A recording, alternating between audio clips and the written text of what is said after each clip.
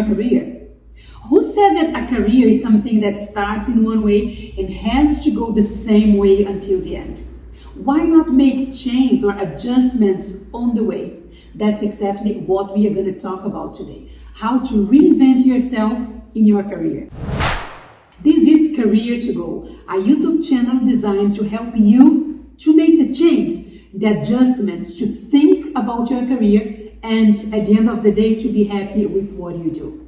I have a very special guest today, Laura, and we always have this kind of conversation about how to reinvent yourself in what you do. And we are so connected about that even our clothes, the colors that we are dressing are the same. So we didn't plan that, but I think there is a nice connection, yes, by the way we see the career, the development, and you as a professional. So I'm very happy that you're here. Thank you very much. Thank you for inviting me, Juliana. It's a pleasure to be here. Can you introduce yourself? Yeah, my name is Laura. I'm a HR professional. I'm passionate about the technology and the future of work. I'm glad to be here to speak with Juliana about this topic because it's a topic that is exactly now in my life. Yeah. Laura is a typical person that every time that we talk, she is doing something different. She's never bored. So she attends several events, workshops, she's reading books, she's talking to people. So she's really an interesting person. And another thing I like about you, and you know that, is the diversity. So she has been working for 12 years in HR? Yes, 12 years. Yeah. But she's not only limited or only thinking about HR, she's very open to different topics. Obviously things that you like, but things that you think that could be trendy in the future, things that you hear about and you want to go deep. So I like this flexibility that you have. And is there any special reason why you like that? Were you always like that, or you started being this open to new topics recently? That's a good question, Juliana. I think is the way I see the life. The life for me is not black and white. It has many colors. For example, I had the luck to start to work on technology companies for human resource. Thanks for that, I started to be interested in what the HR and technology were related to. So I started to investigate, and I think naturally I'm a curious person. That's why I'm involved in many topics. And as you know, for example, this last week I've been in Lisbon attending the Web Summit, which is one of the events for the technology. The biggest one, right? Yes, the biggest one in the world, I heard.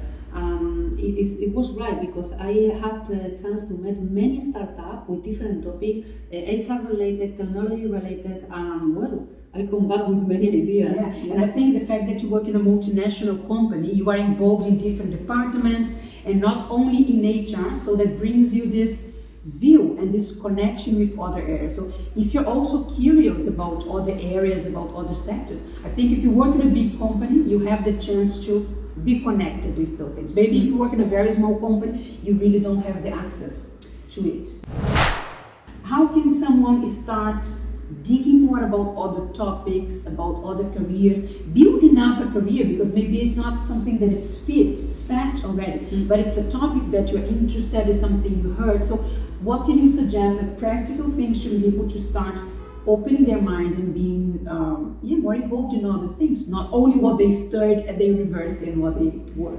I think you just noticed the right point, because any of us, we just study something, or we are focused in our careers, and we thought there are no sides. For example, me, I studied in human resource. I really love the field and I'm really enjoying working on that. But it shouldn't be my only interest. I have many other interests, and I'm from a little village. Even if I will be living there, I think I will find a way to be interested or to be informed about other topics. Why? How? The technology, internet. You have all the world there in your PC, and you can get information from many blogs, many websites, many videos. You have you have a window to the world, so take it. Do you see any difference between doing that online and doing that in events like the one you attended last week. It was a face-to-face event. So do you notice a difference? Is it more powerful when you are in person? Is it more intense? Do you learn more? Or you can learn as much as in a personal event when you're doing that online? This is a good question. If you go there to learn about things, I think you can get the same input in online. I think. Okay. But what this event and others can give to you is the personal touch. I mean, Okay. you can meet persons that are really inspiring you with their lives, the way to see their lives also, and the way to see the world. And I think it's really interesting, to be in person. There is another thing, which is the fear that we can feel, right, as a human being. If I have been working in a career for, 10, 12 years, it's just normal that at some point I'm afraid of making a change, right? Maybe I'm not happy anymore, maybe I'm not motivated anymore, but I'm sure some people, deep inside their mind are like, yeah, but what am I going to do now? Yeah. I'm already, 30, 40, or even in my 20s, some people that started their university degree, they're in the middle of their career, their studies, and they're like, oh, no, I have to finish that. Even if I notice that I don't like it, I have to finish because it's too late, or I need to start from zero. So I think the fear is one thing that might stop us a lot from making change, reinventing ourselves. You're right, Juliana, and I think we need to overcome the fear because we have just one life. That's a problem, it's just one life. So I think that you have to pursue your interests and choose what it makes you happy. And I'm gonna give you an example because I have one of my best friends. She's a lawyer. She's really a good one. It's like 12, 15 years. She's working on this field in a big company. I mean, her profile is really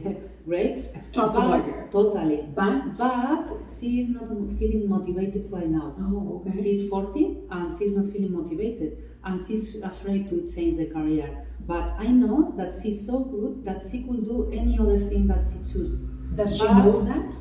Not sure. I think she knows, but she's experiencing this fear that all of us have. I mean, it's nothing that we can overcome in the first day. I think we need to be more trustful in ourselves because we are not just made for one thing.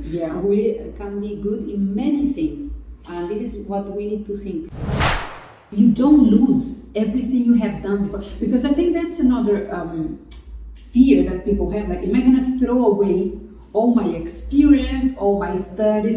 Am I a loser because I'm making the change? Right? Some people might think that I'm a loser. I made the wrong decision before, and you're not a loser. You're not throwing away all your 15, 12, 10, 1 year experience. No, you're bringing all of that together with you as your unique touch, right? As the thing that only you or only your friend can do, because nobody has the previous experience that you have. So it's not too late. Plan it, get information, go for it, but don't stay in a career, in a profession, or in a company that's not making you happy anymore.